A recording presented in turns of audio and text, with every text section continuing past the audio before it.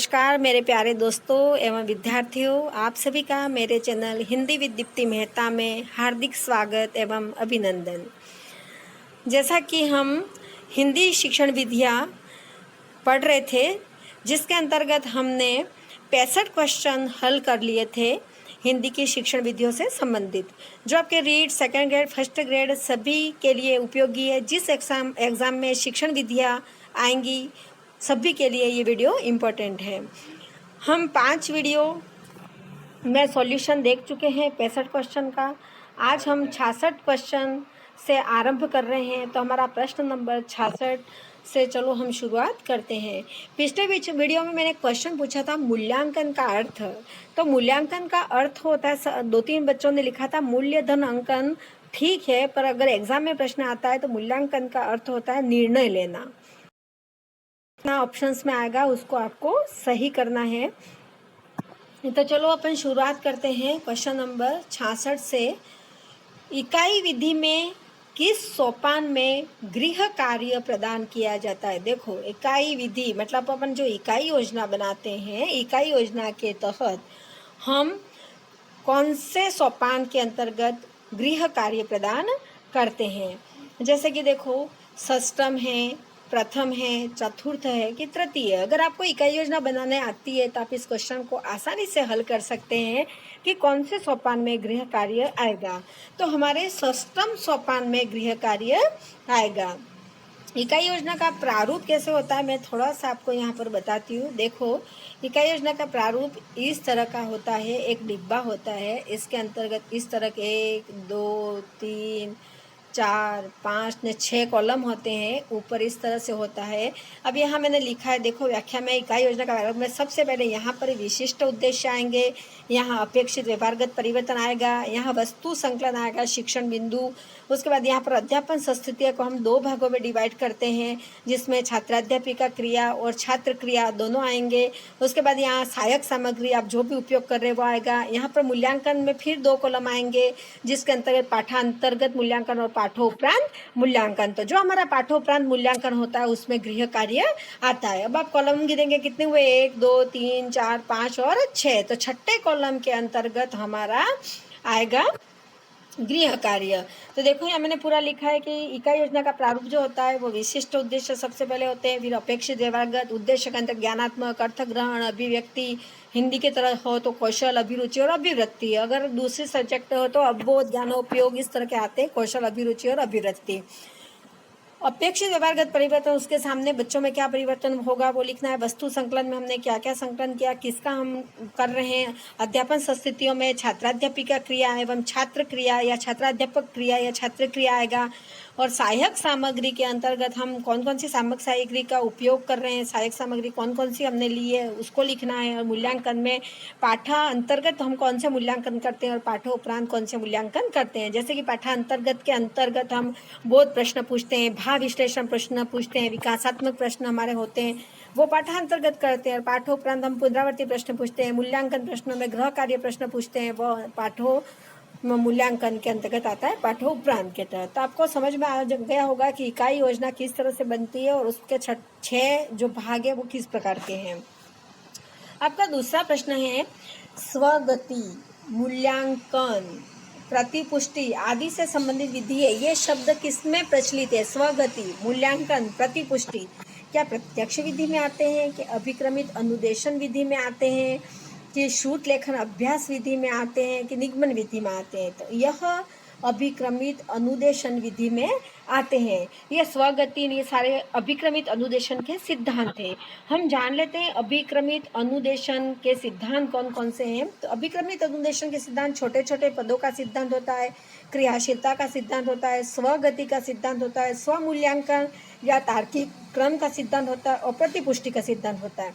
अब अभिक्रमित अनुदेशन है क्या? मैं शिक्षण मशीन के रूप में कार्य करती है। इसमें क्या होता है मैं बताती हूँ आपको। एक तरह का इस तरह का पैराग्राफ होता है, पैराग्राफ में एक पैराग्राफ बना दिया जाता है, जिसके नीचे 1, 2, 3, 4 प्रश्न होते हैं। प्रश्न के सामने उत्तर लिख दिया जाता है, उस उत्तर को दबा दिया जाता है। दबा देने के बाद छात्र क्या करेगा? पहले उसको पढ़ेगा, पढ़ने के बाद फिर उसके क्वेश्चन हल करेगा। क्वेश्चन हल करते जाते हुए वो फिर उसके ऊपर चीट लगी होती है, चीट उचका कर देखेगा कि क्या मेरा उत्तर सही है या गलत है। अगर उसका उत्तर गलत निकलता है वो वापिस उस पद को पढ़ेगा, अगर उसका उत्तर सही निकलता है तो वो आगे बढ़ेगा। तो पहला जैसे छोटे छोटे पदों का सिद्धांत, तो छोटे छोटे पद होते हैं, छोटे छोटे पद ये गद्यांश होते हैं जैसे कि अनुच्छेद के रूप में, तो उसको पढ़ेगा। तो फिर वो खुद पढ़ेगा, खुद क्वेश्चन हल करेगा, तो क्रियाशीलता, क्रियाशील होगा, स्वगति होगी, स्वयं की गति से सीखेगा, क्योंकि गलत होगा वापस पढ़ेगा, गलत होगा वापस पढ़ेगा, उसकी गति से सीखेगा, वो स्वयं सीखेगा, इसलिए उसको कोई बीच में नहीं रहेगा। स्वयं मूल्यांकन या तार्किक क्रम का सिद्धांत, स्वयं मूल्यांकन करेगा, भाई प्रश्न हल कर लिया, उत्तर चीट लगी होगी, चीट उठा के देखेगा उत्तर सही है या गलत है। और प्रतिपुष्टि का सिद्धांत, स्वयं ही प्रतिपुष्टि भी प्रदान करेगा। तभी क्रमित अनुदेशन के ये सिद्धांत है। पहले मैंने आपको अभिक्रमित अनुदेशन के बारे में जानकारी भी दी है। आपने अगर मेरे आगे के 4 वीडियो देखे हो तो उसमें मैंने उसकी पूरी जानकारी दी है। तो ये तो सिर्फ आपको सिद्धांत मैंने बताए। अब देखो हम नेक्स्ट हमारा 68वें क्वेश्चन की तरफ बढ़ते हैं। विभिन्न विषयों में निहित ज्ञान की एकता को स्पष्ट करने के लिए सहसंबंध आवश्यक है। यह शिक्षण जिस विधि में होगा सभी शिक्षण विधियों में आपस में सहसंबंध स्थापित करेगा। वह कौन सी विधि होती है? व्याख्यान विधि होती है, रसास्वादन विधि होती है, प्रदर्शन विधि होती है कि समवाय शिक्षण विधि होती है? तो आप जानते ही हो व्याख्यान विधि में आप सबको समझा चुकी हूँ कि एक तरफा शिक्षण होता है, शिक्षक बोलता रहता है और छात्र उसको सुनते रहते हैं। रसास्वादन विधि पद्य शिक्षण की होती है, कविता में रसास्वादन किया जाता है। प्रदर्शन विधि सामने वस्तु को रखकर प्रदर्शित किया जाता है। समवाय शिक्षण विधि में होता है कि सहसंबंध स्थापित किया जाता है। मैंने आपका चौथे वीडियो में समवाय विधि क्या होती है बताया था। गद्य, पद्य, रचना शिक्षण सभी को पढ़ाते पढ़ाते बीच में छात्रों को व्याकरण का ज्ञान कराना समवाय विधि होती है, यानी सभी के बीच में आपस में सहसंबंध स्थापित करना। नेक्स्ट हम आगे बढ़ते हैं।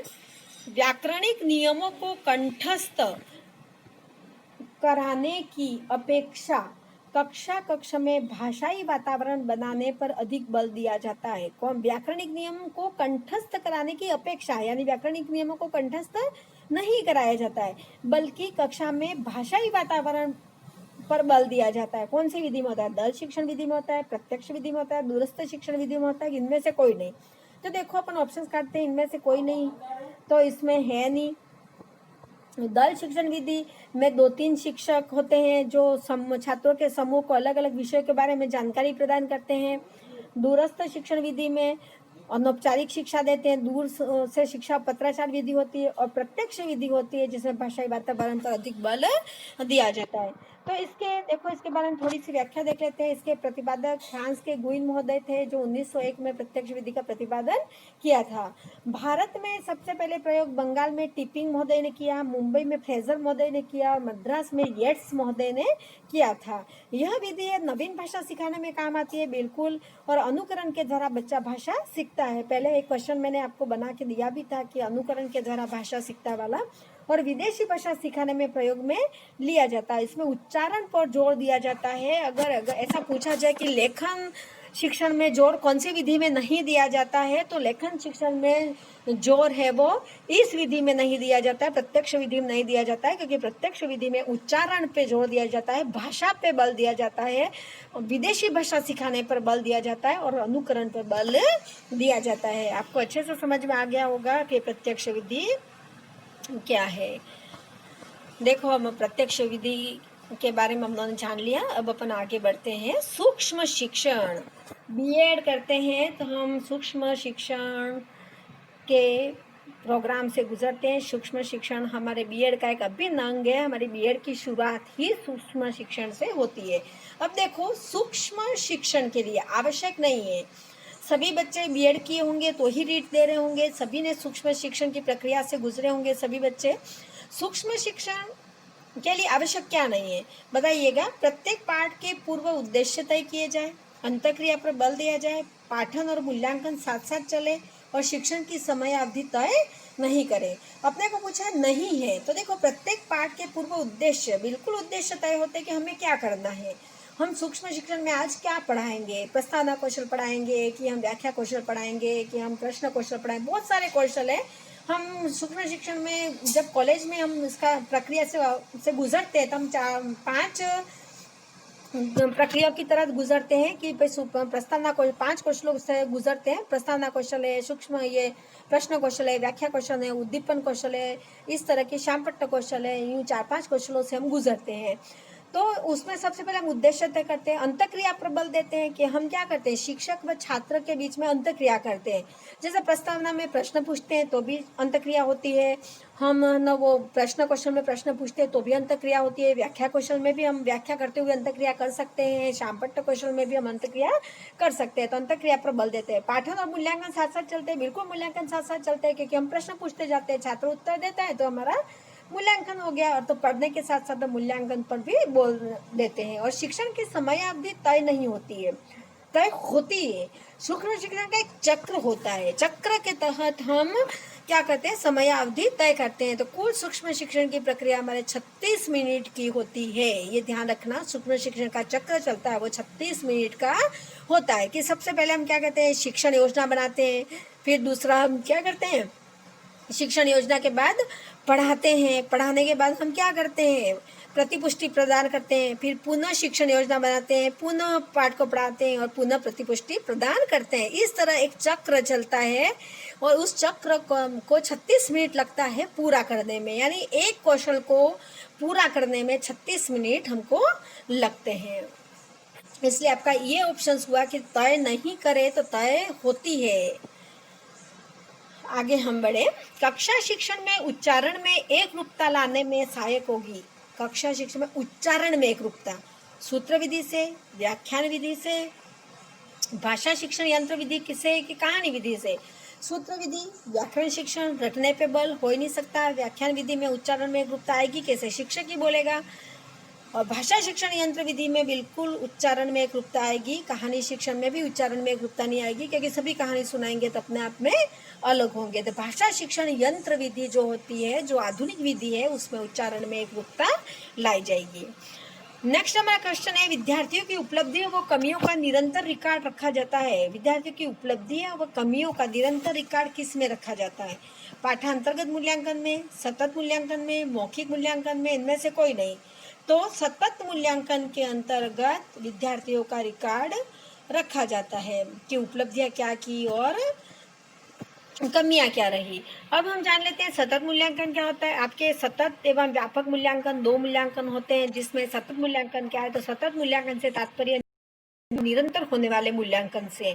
जो मूल्यांकन कक्षा में पढ़ाते पढ़ाते कर दिया जाए, ये कक्षा के बीच बीच में कर दिया जाए, 1-2 पाठ पढ़ाने के बीच में कर दिया जाए, तो इस तरह से जो कक्षा में पढ़ाने के दौरान नियमित रूप से जो मूल्यांकन किया जाता है वो सतत मूल्यांकन किया जाता है।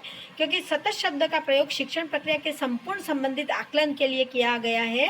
क्योंकि हम पढ़ाते पढ़ाते बीच में जो मूल्यांकन करते हैं तो वो संपूर्ण आकलन हो जाता है बच्चे का, कि बच्चा किस प्रकार पाठ को ग्रहण कर रहा है। व्यापक मूल्यांकन होता है वो बीच बीच में नहीं किया जाता है, वो समय पे ही किया जाता है व्यापक मूल्यांकन, जिसमें छात्रों का सर्वांगीण विकास का मूल्यांकन किया जाता है। शैक्षिक गतिविधियां भी होती है, सहशैक्षिक गतिविधियां भी होती है, दोनों का मूल्यांकन किया जाता है व्यापक मूल्यांकन के तहत। तो इसका हमारा उत्तर था सतत मूल्यांकन।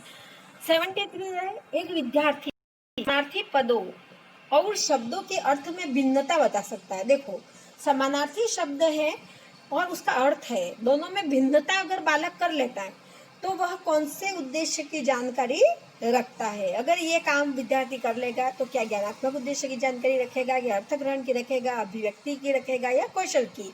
अगर ये हिंदी की दृष्टि से देखें तो अर्थग्रहण और अभिव्यक्ति, और अगर हम अन्य सब्जेक्ट की तरफ से देखें तो यह हो जाएगा अवबोध और यह हो जाएगा ज्ञानोपयोग। तो अब बता, अब अवबोध नाम आएगा, ज्ञानात्मक, ज्ञानोपयोग, कौशल, इस तरह से हो सकता है। पर हिंदी है अपने, इसलिए अर्थग्रहण और अभिव्यक्ति। तो अगर समानार्थी पदों और शब्दों में भिन्नता प्रकट कर सकता है तो वह कौन से उद्देश्य के तहत आएगा, अर्थग्रहण उद्देश्य के तहत आएगा। क्योंकि उसने शब्दों को समझ लिया, उसका अर्थ ग्रहण कर लिया, अर्थ ग्रहण करेगा तो ही तो वो भिन्नता प्राप्त करेगा। तो अर्थ ग्रहण, जैसे पर्यायवाची शब्दों का अर्थ बता देना, ध्वनियों को समझ पाना, इस तरह का सभी अंतर स्पष्ट कर सकना ध्वनियों में, जैसे क्र, क्री, इस तरह के शब्दों में अंतर प्रकट कर सकना, सभी अर्थ ग्रहण में आएगा। नेक्स्ट हम आगे बढ़े। किसने मातृभाषा को आनंद, प्रसन्नता और ज्ञान का स्रोत तथा ईश्वर के निकट पहुंचने की सर्वश्रेष्ठ शक्ति के प्रयोग का साधन का है। मातृभाषा को कितना बढ़िया कहा है, आनंद प्राप्त होता है मातृभाषा से, प्रसन्नता मिलती है, आनंद, मातृभाषा ज्ञान का स्रोत है और ईश्वर के निकट पहुंचने की सर्वश्रेष्ठ शक्ति है। यह परिभाषा किसने दी है? हरलकमोदे ने दी, कि रायबर्न ने दी, कि स्मिथ ने दी, कि गैसल ने दी? तो यह परिभाषा रायबर्न ने की है कि मातृभाषा के संबंध में, कि वह ईश्वर के निकट पहुंचाने का कार्य करती है। तो ये परिभाषा किसकी है? रायबर्न की है। आगे हम बढ़े। योगात्मक मूल्यांकन साल में कितनी बार किया जाता है? सीसीई के तहत आपके दो प्रकार के मूल्यांकन होते हैं। एक तो रचनात्मक मूल्यांकन होता है जिसको निर्माणात्मक मूल्यांकन भी कहते हैं, और एक योगात्मक मूल्यांकन होता है। अब देखो, योगात्मक मूल्यांकन आपको पूछा कि साल में कितनी बार होता है, 4 बार होता है, कि 2 बार होता है, कि 3 बार होता है, कि 5 बार होता है? तो योगात्मक मूल्यांकन साल में 2 बार किया जाता है। तो दूसरा बच्चा कौन सा? निर्माणात्मक मूल्यांकन या रचनात्मक मूल्यांकन, जो साल में 4 बार किया जाता है। कैसे होता है? रचनात्मक मूल्यांकन 2 बार होता है, फिर 1 बार तो योगात्मक मूल्यांकन होता है, फिर 3 और 4 वापिस रचनात्मक मूल्यांकन होता है, और 2 नंबर वापिस योगात्मक मूल्यांकन होता है। इस तरह से साल में 2 बार योगात्मक मूल्यांकन, 4 बार रचनात्मक मूल्यांकन किया जाता है। जैसे अपन साधारण रूप से माने तो अर्धवार्षिक और वार्षिक योगात्मक मूल्यांकन है, और जो टेस्ट की प्रक्रिया से गुजरते हैं वो रचनात्मक मूल्यांकन है। समझाने के लिए तो 2 बार किया जाता है। नेक्स्ट क्वेश्चन देखो, एक योगात्मक मूल्यांकन का भार कितना होता है? अभी मैंने आपको पूछा तो योगात्मक मूल्यांकन 2 बार होता है, 1 और 2 बार। अब 2 बार का भार कितना होता है? 60% होता है, कि 30% होता है, 40% होता है, कि 10% होता है? तो एक योगात्मक मूल्यांकन का भार है वो 30% होता है। पहली बार योगात्मक मूल्यांकन होगा 30%, दूसरी बार योगात्मक मूल्यांकन होगा 30%। तो कुल मिला के कितने परसेंट हो रहा है? 60%। दोनों मूल्यांकन का भार 60 होगा, एक का होगा 30। बाकी के 40% बचे वो रचनात्मक मूल्यांकन के होते हैं। एक रचनात्मक मूल्यांकन 10% का होता है। वैसे 4 मूल्यांकन होते हैं वो 10-10-10 के होते हैं, तो 40% हो जाते हैं। तो 60 ये और 40 वो, तो कुल मिला के कितने हो जाएंगे? 60 तो योगात्मक मूल्यांकन और 40 है वह रचनात्मक मूल्यांकन, तो 100% हो जाएगा। तो एक योगात्मक मूल्यांकन का भार 30%, 2 योगात्मक मूल्यांकन का भार 60% और रचनात्मक मूल्यांकन का 40 और एक रचनात्मक मूल्यांकन का 10।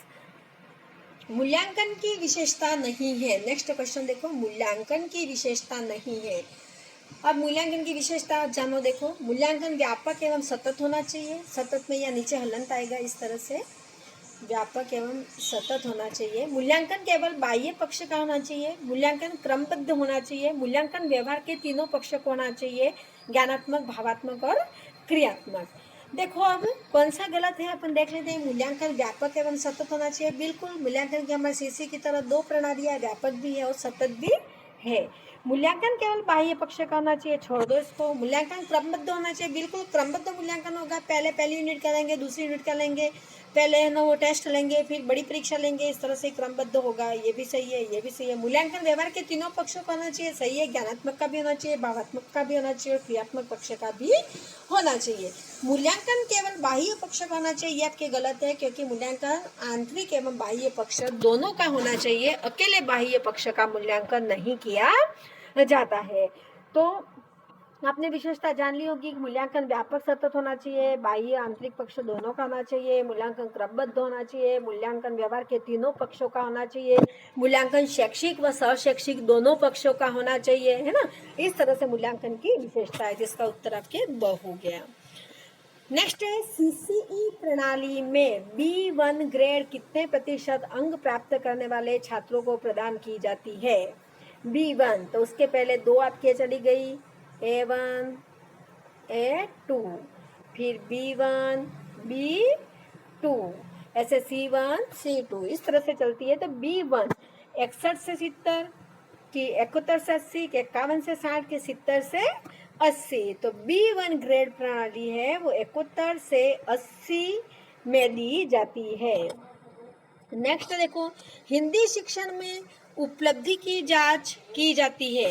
हिंदी शिक्षण में बुद्धि परीक्षण से उपलब्धि की जांच की जाएगी, छात्रों की उपलब्धि की पूछा है यहाँ पर, उपलब्धि परीक्षण से की जाएगी कि वस्तुनिष्ठ प्रश्नों से की जाएगी कि मौखिक प्रश्नों से की जाएगी।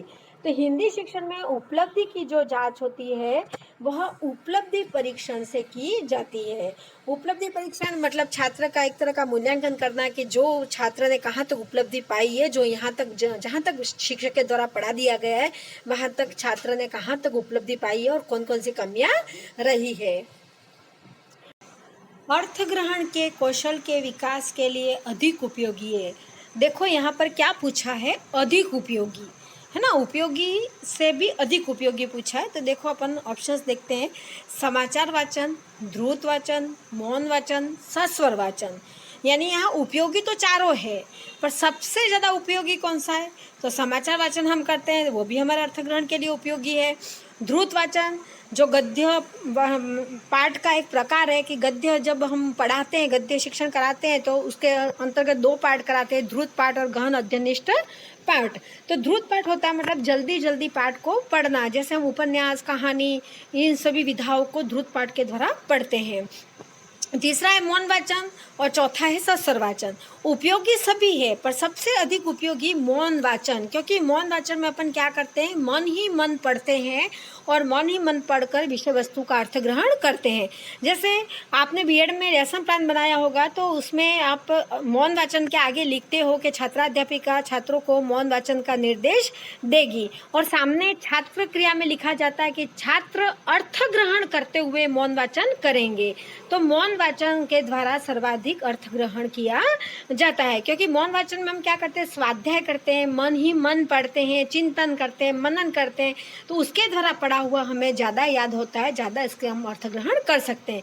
समाचार वाचन से भी अर्थ ग्रहण होता है, द्रुत वाचन से भी होता है, सस्वर वाचन से भी होता है, पर मौन वाचन से सर्वाधिक होता है, क्योंकि अपने क्वेश्चन में पूछा गया है कि अर्थ ग्रहण के कौशल के विकास से अधिक उपयोगी, तो अधिक उपयोगी मौन वाचन है, बाकी तीनों भी है पर अधिक उपयोगी पूछा गया इसलिए हमको यहाँ छांटना है मौन वाचन। तो आज अपना ये वीडियो समाप्त होता है यहाँ पर। अगर आपको अच्छा लगा है तो आप मेरे वीडियो को ज़्यादा से ज़्यादा लाइक करें, शेयर करें, मेरे चैनल को सब्सक्राइब करें। साथ ही जैसे ही एक दो वीडियो इसके और बनेंगे और इसके पश्चात मैं व्याकरण का शुरू करूंगी, व्याकरण के क्वेश्चन आंसर आपके सामने लेके आऊँगी और उसके द्वारा आपको पूरी व्याकरण पढ़ाऊँगी। तो आपको अच्छा लगे तो आप कमेंट कीजिएगा।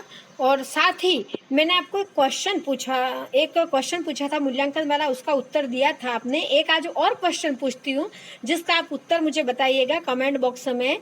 अगर उत्तर बताओगे तो मैं समझूंगी कि आपने मेरा वीडियो देखा है। तो देखिए अपन क्वेश्चन पे मैं चलती हूँ और आपको पूछती हूँ। आपको मैंने आज एक क्वेश्चन पूछा था कि ये रहा, अभिक्रमित अनुदेशन। तो आपको बताना है कि अभिक्रमित अनुदेशन की शुरुआत भारत में कब हुई थी, ये आपको बताना है। आप नीचे कमेंट बॉक्स में लिखकर बताइएगा। इसके साथ ही मैं अपनी वाणी को विराम करती हूँ। जय हिंद, जय भारत।